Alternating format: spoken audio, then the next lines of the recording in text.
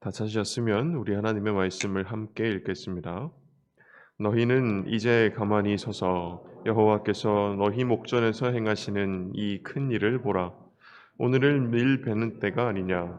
내가 여호와께 아뢰리니 여호와께서 우레와 비를 보내사 너희가 왕을 구한 일, 곧 여호와의 목전에서 범한 죄악이 큼을 너희에게 밝히 알게 하시리라. 이에 사무엘이 여호와께 아뢰매 여호와께서 그날에 우레와 비를 보내시니 모든 백성이 여호와와 사무엘을 크게 두려워하니라.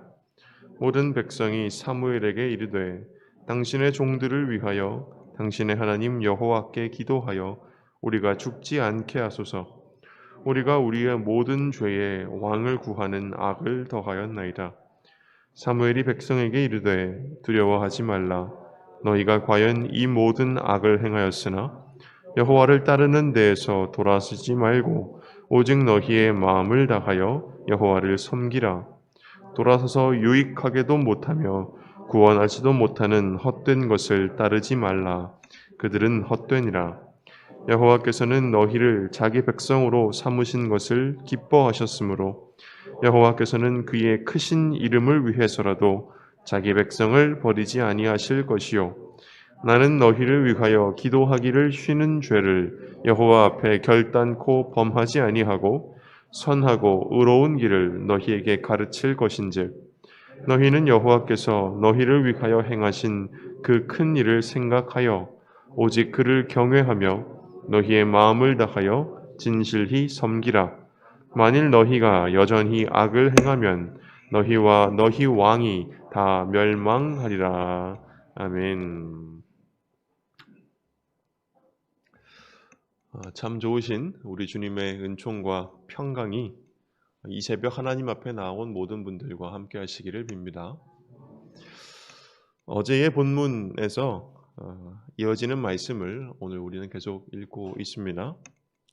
어제의 본문에서 사무엘은 자신의 신실했던 삶을 토대로 백성에게 자신의 말을 전했다면 오늘의 본문은 다소 놀라운 징조를 보여주심을 통해서 이스라엘이 사무엘의 말을 경청하도록 하고 있습니다.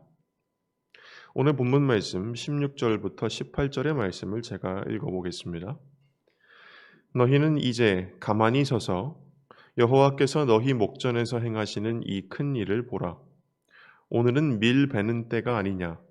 내가 여호와께 아뢰리니 여호와께서 우레와 비를 보내사 너희가 왕을 구한 일, 곧 여호와의 목전에서 범한 죄악이 큼을 너희에게 밝히 알게 하시리라. 이에 사무엘이 여호와께 아뢰매 여호와께서 그날에 우레와 비를 보내시니 모든 백성이 여호와와 사무엘을 크게 두려워하니라. 무슨 말이냐면 사무엘이 이 말을 이스라엘에게 전했을 때에는 밀을 추수하는 때였고 간단하게 이야기하면 그때는 이스라엘의 우기가 아니었기 때문에 비가 내리는 때가 아니었기 때문에 이스라엘에는 건기와 우기가 있거든요. 그래서 우기에만 비가 내리는데 결코 비가 내릴 수 없는 그 시기에 사무엘이 비가 내릴 것이다 라고 말을 마치자마자 큰 우레와 비를 동반한 폭풍우가 몰아쳤다라고 하는 것입니다. 백성들이 그 사건을 보고 오늘 보는 말씀은 이 징조를 보고 모든 백성이 여호와와 사무엘을 크게 두려워하였다라고 말하고 있습니다. 이 징조를 통해서 사실은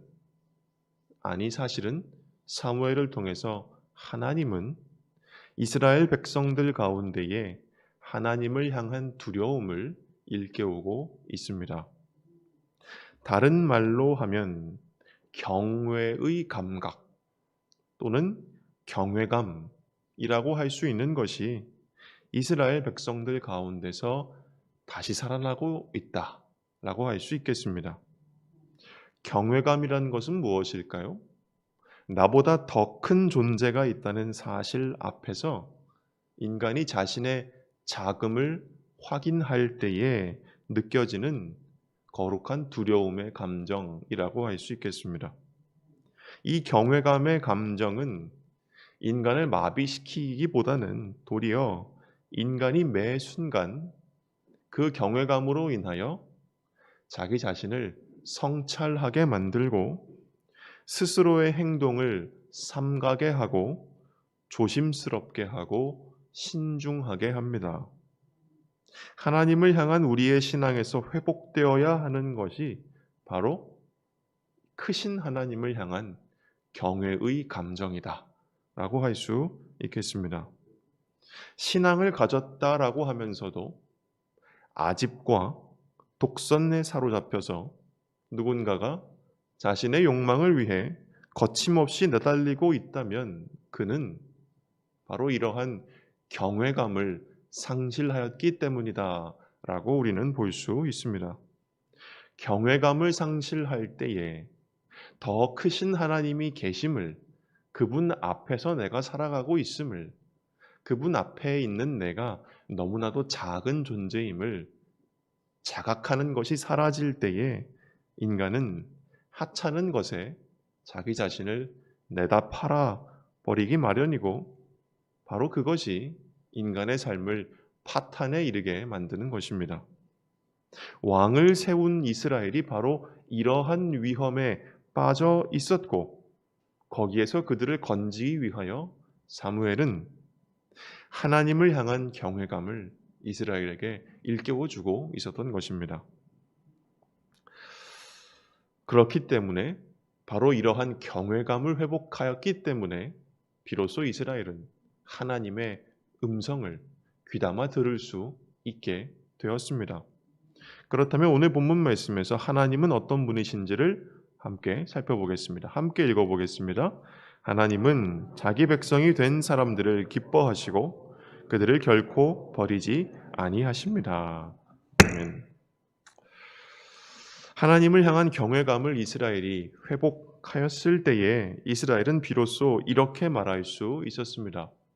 오늘 본문 말씀 19절을 봅니다. 모든 백성이 사무엘에게 이르되 당신의 종들을 위하여 당신의 하나님 여호와께 기도하여 우리가 죽지 않게 하소서. 우리가 우리의 모든 죄에 왕을 구하는 악을 더하였나이다. 이스라엘이 이렇게 하나님을 향한 경외의 감정을 회복하였을 때에 그들은 비로소 하나님의 말씀을 들을 준비가 되었습니다. 그때의 사무엘은 하나님이 어떤 분이신가를 이스라엘 백성들에게 말해주고 있습니다. 오늘 본문 말씀 22절에 사무엘은 이렇게 이야기합니다. 여호와께서는 너희를 자기 백성으로 삼으신 것을 기뻐하셨으므로 여호와께서는 그의 크신 이름을 위해서라도 자기 백성인 너희를 버리지 아니하실 것이다. 하나님이 자기 이름을 위해서 그의 백성인 이스라엘을 버리지 않으신다는 말을 우리는 마치 하나님께서 자아도취에 빠지셨거나 또는 매우 이기적인 분이시거나 또는 오만하고 허영심에 가득한 분이라는 것처럼 받아들여서는 안 될 것입니다. 하나님이 자기의 크신 이름을 위하여서라도 너희를 버리지 아니하실 것이다 라고 하는 이 말은 반대로 이런 뜻입니다.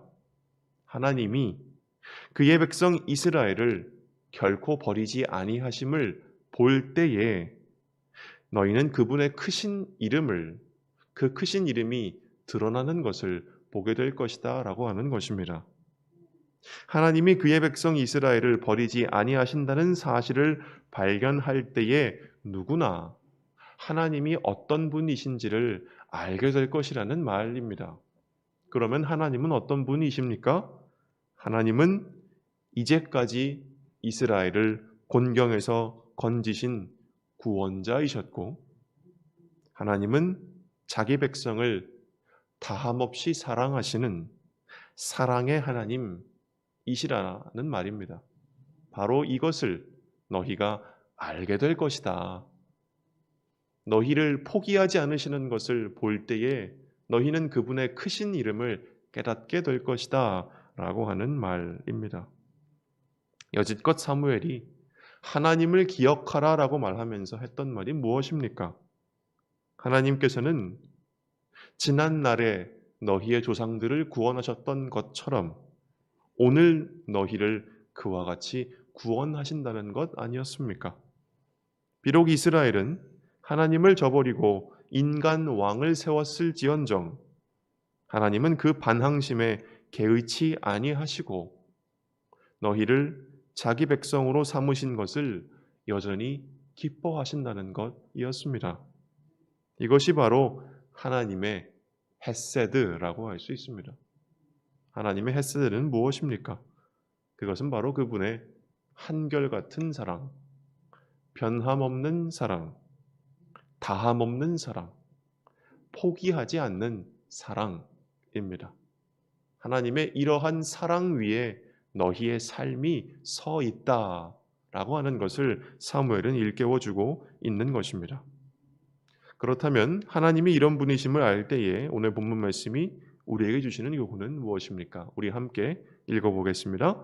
우리는 하나님을 향해 귀를 기울이고 우리의 마음을 부드럽게 해야 하겠습니다. 하나님을 향한 경외심을 회복하였을 때에 이스라엘은 자신들의 행위가 하나님을 향해 얼마나 큰 반역이었는가를 깨달았습니다. 그리고 그렇게 이스라엘이 두려워할 때에 사무엘은 두려워하지 말라라고 말하면서 하나님이 너희를 결코 포기하지 않으시고 자기 백성으로 삼으신 것을 기뻐하고 계시다라고 이야기를 합니다. 그때의 이스라엘 백성들은 자신들의 삶이 바로 하나님의 사랑 위에 서 있음을 깨달을 수 있었습니다. 이처럼 우리는 보이지 않는 사랑의 손길에 의해서 우리의 삶이 여지까지, 이제까지 항상 지탱되어 왔다는 것을 깨달을 수 있어야 합니다. 그 후에 우리가 취해야 할 자세는 무엇입니까? 그 사랑에 어떻게 응답하며 살 것인가?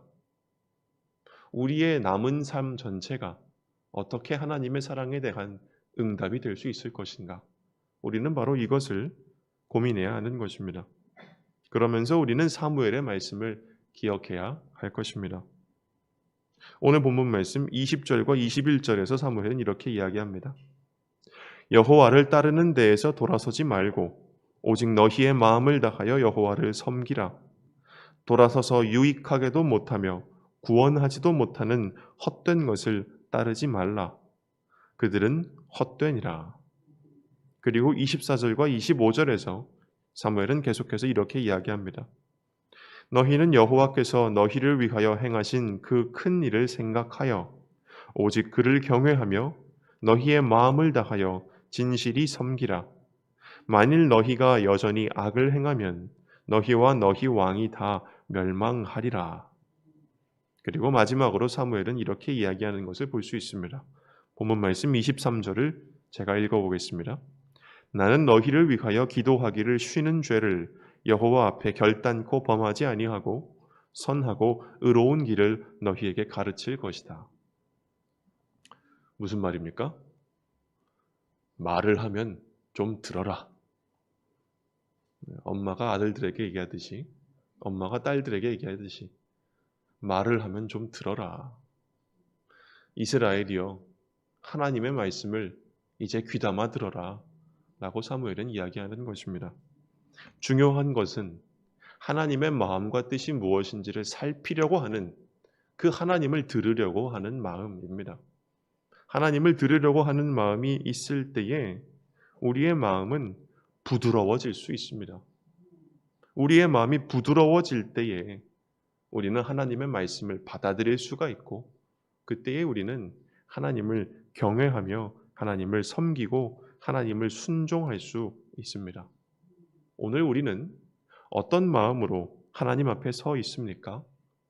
왕을 세운 이스라엘 백성들처럼 하나님 앞에 우리가 자랑할 만한 것을 쳐들고 반항하는 마음으로 고집스레 서 있지는 않은지 우리가 함께 돌아볼 수 있기를 원합니다. 이 시간 우리가 하나님을 기억함으로써 하나님을 향한 경외심을 우리 안에 회복할 수 있기를 바랍니다. 하나님을 향해 귀를 기울임으로써 우리의 마음을 부드럽게 할 수 있기를 바랍니다. 그리하여 하나님의 사랑에 신실하게 응답하기 위하여 날마다 애쓰는 저와 여러분 모두가 될 수 있기를 주님의 이름으로 기원합니다. 아멘. 우리 함께 기도하겠습니다.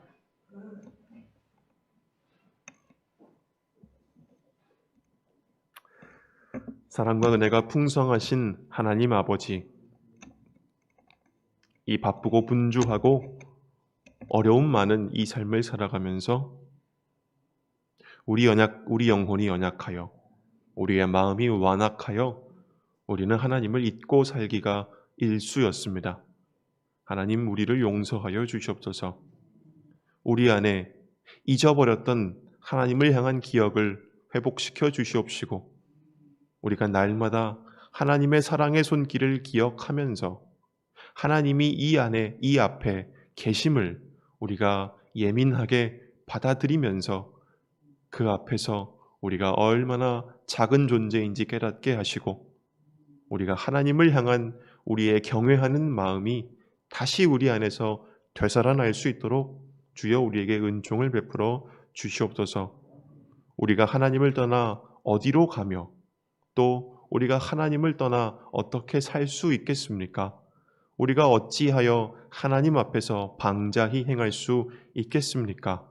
하나님, 우리가 하나님으로부터 돌아서지 않고 서서 하나님을 기억하고 하나님을 경외하며 하나님을 섬길 수 있도록 주님 도와 주시옵소서. 하나님, 이를 위하여 주님 우리 안에 하나님을 향해 듣는 마음을 다시 회복시켜 주시옵시고 우리의 마음이 부드러워져서 하나님의 말씀을 받아들일 수 있도록 주님 도와 주시옵시고 그렇게 하나님께 순종하며 날마다 하나님의 사랑에 응답하기 위하여 애쓰는 사람들 될 수 있도록 주님 우리를 이끌어 주시옵소서. 하나님, 이 아침에 1000번째의 예물을 하나님 앞에 드리는 가정들 있습니다. 하나님, 그 모든 손길 그리고 그 손길에 담겨있는 그 마음들을 주님 기쁘게 받아 주시옵시고 그 마음에 그 기도의 제목에 하나님의 선한 손길로 응답하여 주시옵소서. 예수 그리스도의 이름으로 기도드립니다. 아멘. 하늘의